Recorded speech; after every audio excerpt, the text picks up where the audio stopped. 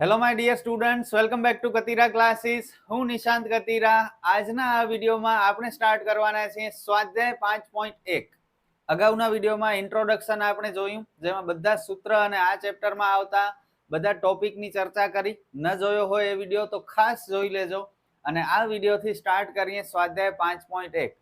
Chapter મોટો છે, ઘણા વિડીયો બનશે, પણ આપણે સારી રીતે શીખશું. ઘણા બધા માર્ક છે આ ચેપ્ટરના અને પૂરા માર્ક મળવા જોઈએ.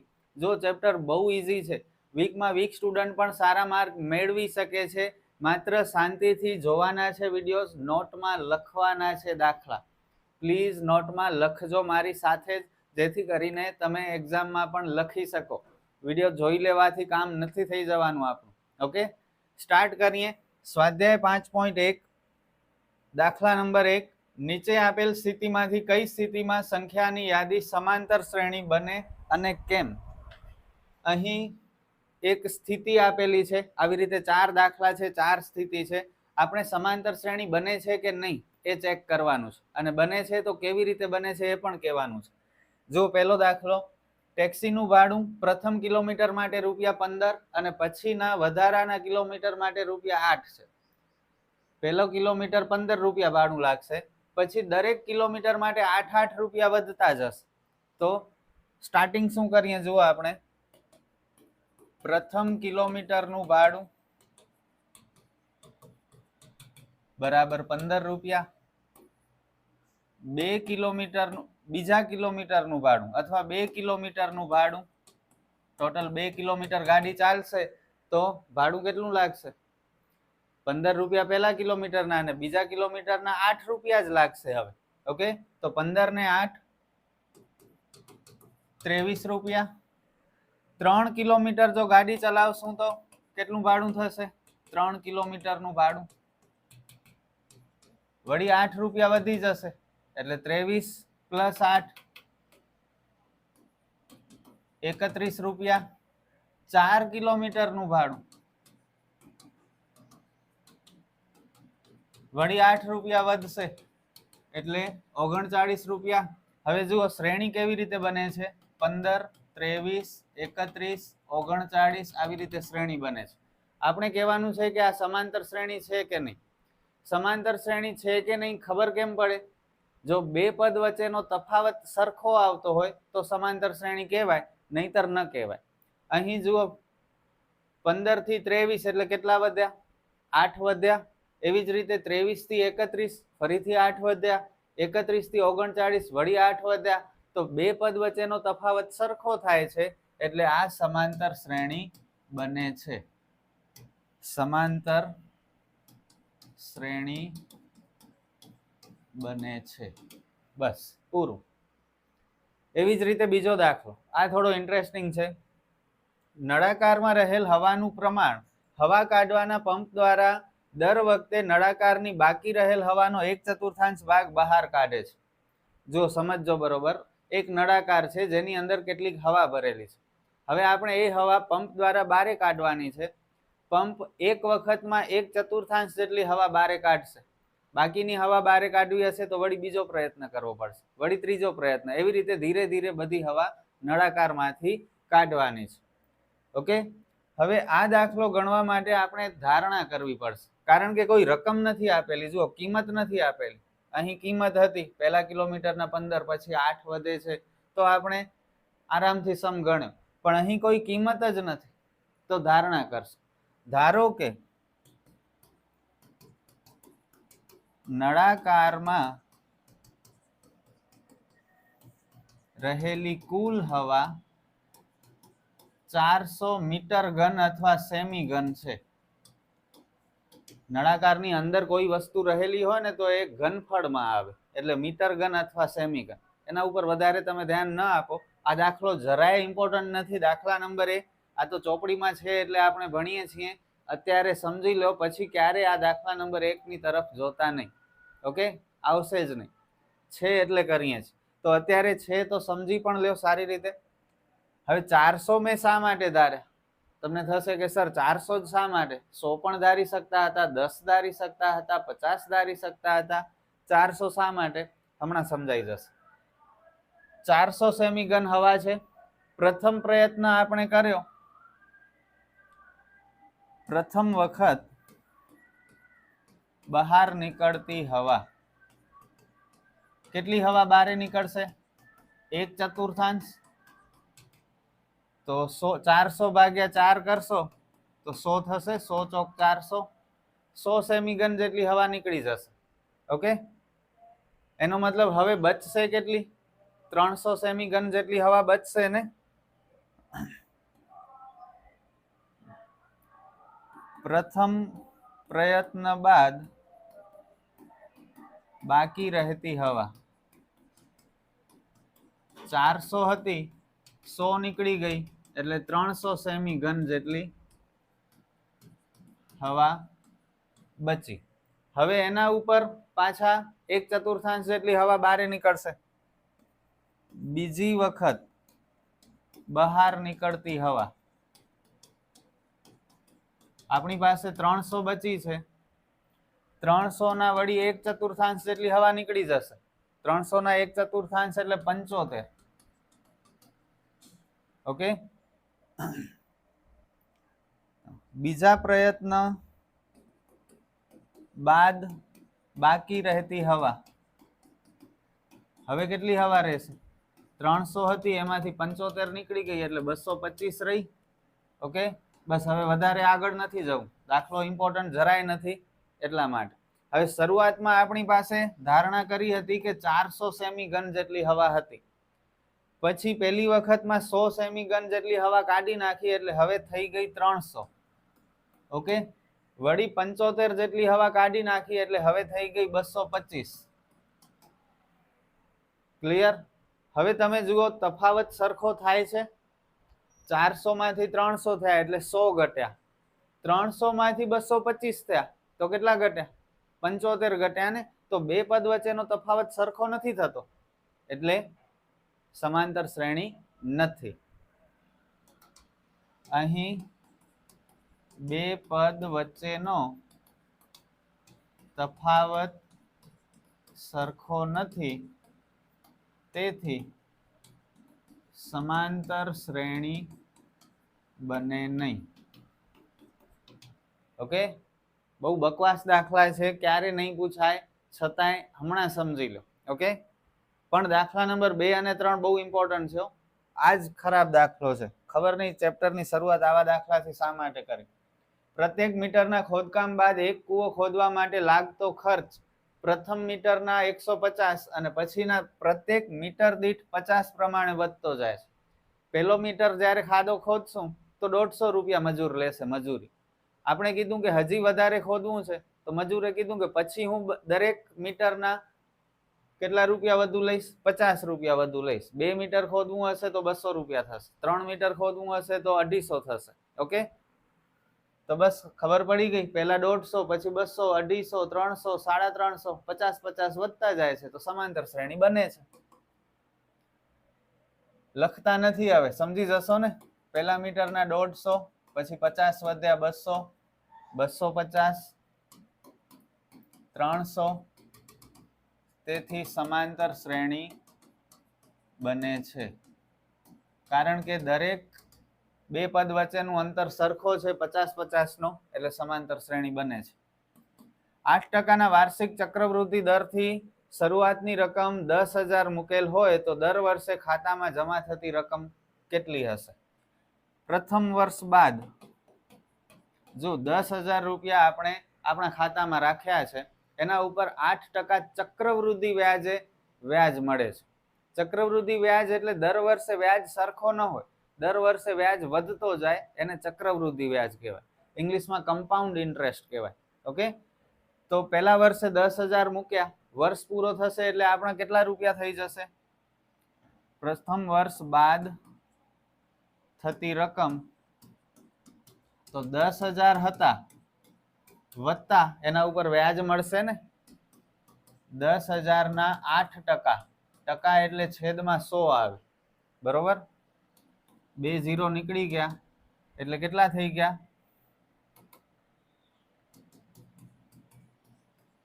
100 ગુણ્યા 8 એટલે 800. તો 10,800 રૂપિયા આપણા પ્રથમ વર્ષના અંતે થઈ ગયા. એક વર્ષ પૂરો થયો, હવે વળી બીજો વર્ષ પૂરો થશે ત્યારે વ્યાજ મળશે 8%, પણ હવે 10,000 ઉપર નહીં મળે, ચક્રવૃદ્ધિ વ્યાજ છે એટલે 10,800 ઉપર મળશે. ઓકે, તો બીજા વર્ષ બાદ અથવા બીજા વર્ષના અંતે થતી રકમ 10,800 ઉપર 10,800 તો હતા, પ્લસ એમાં વ્યાજ ઉમેરાશે 10,800 ના પાછા 8%,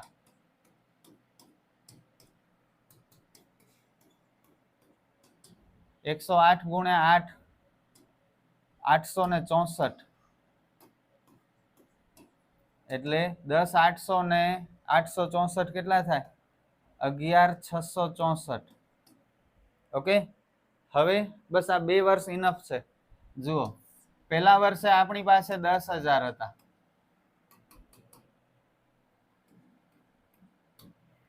પહેલો વર્ષ પૂરો થયો ત્યારે આપણા 10,800 થઈ ગયા, બીજો વર્ષ પૂરો થયો ત્યારે આપણા 11,664 થઈ ગયા. હવે જુઓ, બે પદ વચ્ચે તફાવત સરખો આવે છે તો શ્રેણી બનશે, ને સરખો નહીં હોય તો શ્રેણી નહીં બને. 10,000 થી 10,800 એટલે 800 વધ્યા, 10,800 થી 11,664 એટલે કેટલા વધ્યા? 864 વધ્યા. તો બે પદ વચ્ચેનો તફાવત સરખો નથી એટલે સમાંતર શ્રેણી બનતી નથી. ઓકે, બસ દાખલા નંબર 1 પૂરો. થોડોક મોટો વિડીયો બની ગયો મને ખ્યાલ છે, પણ તમે લોકોને સમજાણું હશે, ખબર પડી ગઈ ને બધું. ખરાબ દાખલાથી શરૂઆત થઈ છે ચેપ્ટરની, પ્લીઝ મૂકી દેજો આ સમ, નહીં કરતા. હમણાં જોયું તે જોયું, હવે ક્યારે નહીં જોતા. ચલો, હવે અહીંથી જ આપણો ચેપ્ટર સ્ટાર્ટ થાય છે, એમ કહીએ તો કંઈ ખોટું નથી. જ્યારે પ્રથમ પદ એ અને સામાન્ય તફાવત ડી ના મૂલ્ય નીચે પ્રમાણે હોય ત્યારે સમાંતર શ્રેણીના પ્રથમ 4 પદ શોધો. પેલા 4 પદ શોધવાના છે સમાંતર શ્રેણીના. આપણી પાસે એ અને ડી છે. એ એટલે પ્રથમ પદ, ડી એટલે તફાવત. ઓકે, બસ સાવ સહેલું. ઇન્ટ્રોડક્શનના વિડીયોમાં આપણે સૂત્ર જોયા હતા, ડાયરેક્ટ સૂત્ર યાદ છે? ન યાદ હોય તો જોઈ લેજો, અથવા ફરીથી પણ સમજાવી દઉં છું. જુઓ, એ એટલે પ્રથમ પદ, પછી બીજું પદ જો આપણે શોધવું હોય તો એનો ડાયરેક્ટ સૂત્ર છે a પ્લસ ડી. ત્રીજું પદ શોધવું હોય તો a3 બરાબર a પ્લસ 2d. જોઈ શકો છો તમે, અહીં 2 હતા તો ડી માં એક જ વખત ડી આવે, અહીં ત્રીજું પદ છે તો 2d આવ્યા, એટલે કે જે પદ શોધવું હોય ત્યારે ડી માં એક ઓછું કરી નાખવાનું. ચોથું પદ શોધવું હોય a4 તો સૂત્ર શું બનશે? ડી એક ઓછો કરી નાખો, 4 છે તો 3d. પાંચમું પદ શોધવું છે તો a પ્લસ 5 માંથી એક ઓછો કરી નાખો 4d. 10મું પદ શોધવું છે a પ્લસ 9d. 25મું પદ શોધવું છે a પ્લસ 24d. ક્લિયર? ભલે, ચલો, બસ આનો જ આપણે ઉપયોગ અત્યારે કરવાનું છે. આપણી પાસે a અને d છે, તો પ્રથમ પદ એટલે તો એ જ થશે. પ્રથમ પદ બરાબર a એટલે 10. હવે બીજું પદ a2, સૂત્ર શું છે? a plus D, 10 plus 10 20. ત્રીજું પદ a3, બોલો સૂત્ર? a પ્લસ 2d, 10 પ્લસ 2 કૌંસમાં 10, 2 ડામ 20 એટલે 30. ચોથું પદ a પ્લસ 3d, એ 10 છે, ડી પણ 10 છે, 10 તેરી 30 એટલે ચોથું પદ 40. બસ 4 પદ મળી ગયા. તો શ્રેણી લખવી હોય તો આવી રીતે લખી શકીએ, 10 20 30 40. ઓકે, નેક્સ્ટ સમ. એ છે -2, ડી છે 0, તફાવત 0 છે. પ્રથમ પદ એટલે a -2. બીજા પદનો સૂત્ર a પ્લસ ડી, -2 પ્લસ 0 એટલે -2. ત્રીજું પદ a પ્લસ 2d, 2 ગુણ્યા 0 0, -2, ચોથું પદ a + 3d,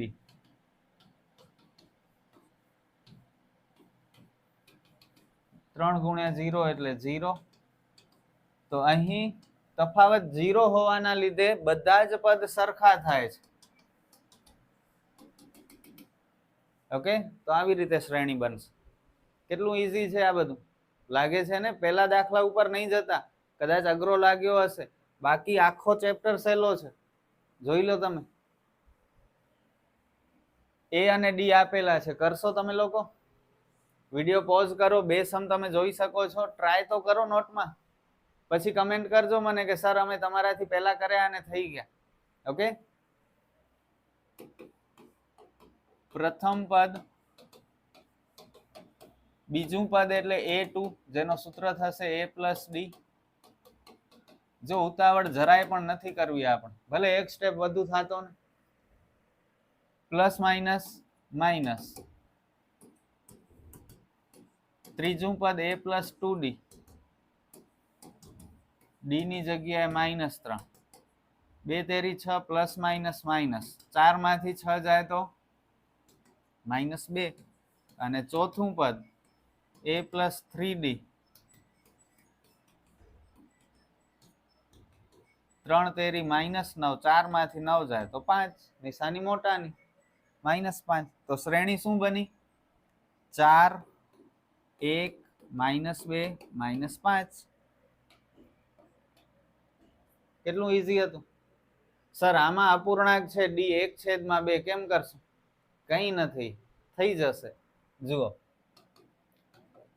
પ્રથમ પદ આપેલું છે, બીજું પદ a + d. હવે અહીં તમને પ્રોબ્લેમ થાય છે ને, શું ડરવાનું છે? આ -1 ની નીચે કઈ નથી તો 1 મૂકી દો અને ચોકડી ગુણાકાર કરી નાખો. 2 એકા 2 કેવા? -2, એકા એકું 1 + 1, છેદમાં છેદનો ગુણાકાર એટલે આ થશે -1/2. -2 ને +1, માઇનસ પ્લસ માઇનસ, નિશાની મોટાની 1, -1/2. આવી જ રીતે ત્રીજું પદ a + 2d,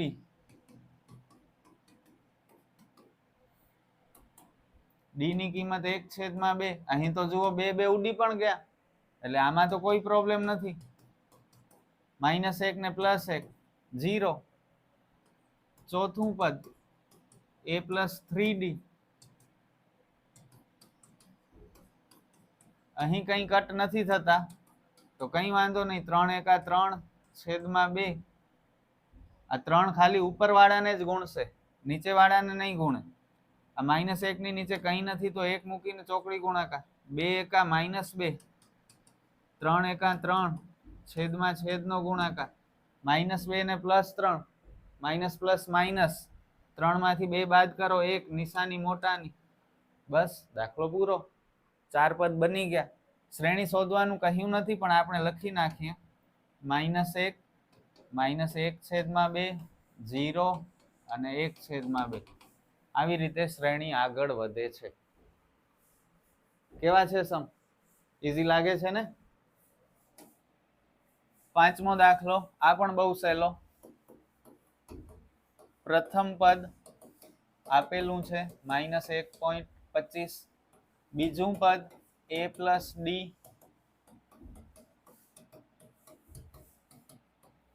plus minus minus થશે. ઘણા અહીં ડાયરેક્ટ લઈ લે છે સ્ટેપ, પછી નિશાનીની ભૂલ કરે છે, એટલે ભલે એક સ્ટેપ વધુ થાય. હવે માઇનસ માઇનસ પ્લસ થશે, નિશાની મોટાની આવશે. ડાયરેક્ટ ન આવડે તો રફ કામ કરી લેવાનું, પોઈન્ટની નીચે પોઈન્ટ આવવું જોઈએ. 5 ને 5 10 નો 0 વધી 1, 5, પોઈન્ટની નીચે પોઈન્ટ, 1.50, 1.5 લખો કે 1.50 લખો, એક જ છે. ત્રીજું પદ a + 2d,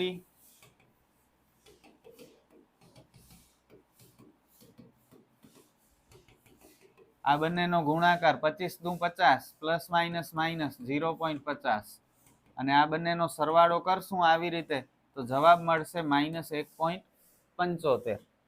અને ચોથું પદ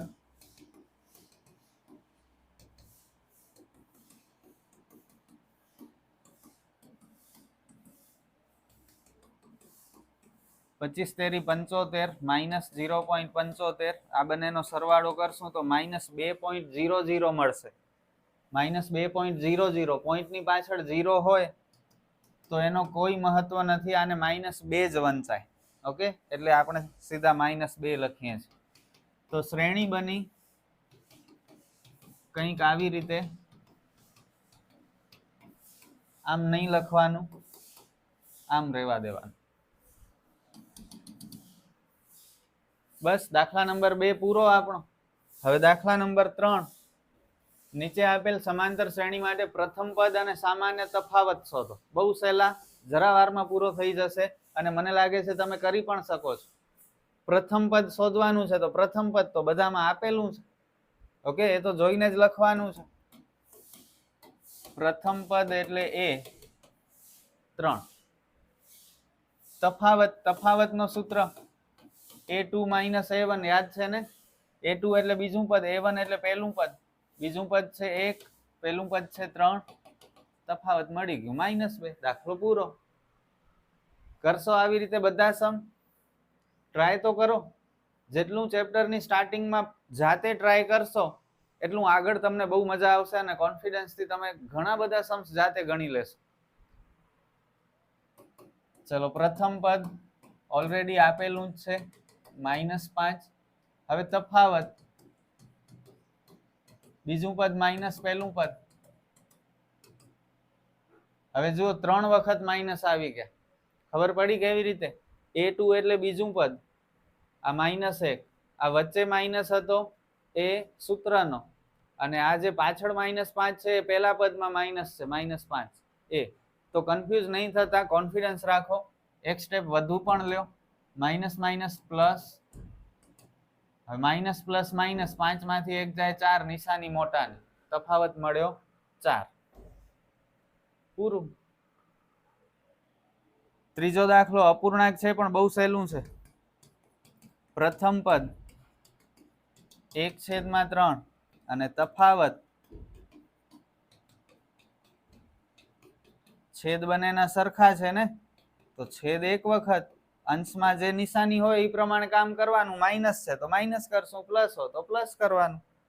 5 માંથી 1 જાય એટલે 4/3 તફાવત મળ્યો. પૂરું. આ પોઈન્ટ વાળો છે, કઈ વાંધો નહીં, હમણાં કરી નાખીએ. પ્રથમ પદ 0.6 અને તફાવત 1.7 માઇનસ 0.6. ડાયરેક્ટ ન થાય, બાદબાકી તો કઈ વાંધો નહીં, રફ કામ કરી લો. 1.1 સમ ઓવર. બસ પૂરું થયું. અહીં 3 દાખલા આપણે ભણ્યા સ્વાધ્યાય 5.1 ના. દાખલા નંબર 4 નેક્સ્ટ વિડીયોમાં ભણશું, એટલે આપણો 5.1 પૂરું થઈ જશે. દાખલા નંબર 1 જે ભણ્યા એ ઇમ્પોર્ટન્ટ ન હતો, પણ 2 અને 3 તમને હેતુલક્ષી માટે કામ આવશે. 2 માર્કના દાખલા સ્વાધ્યાય 5.2 અને 5.3 માં હશે. 2 માર્ક 3 માર્કના. 5.1 માંથી તમને હેતુલક્ષી સિવાય કંઈ નહીં પૂછે. ઓકે, આપણે ફરી મળીએ નેક્સ્ટ વિડીયોમાં. તમે લોકો મહેનત કરતા રહ્યો, આપણા વિડીયોઝ જોતા રહ્યો. All the best.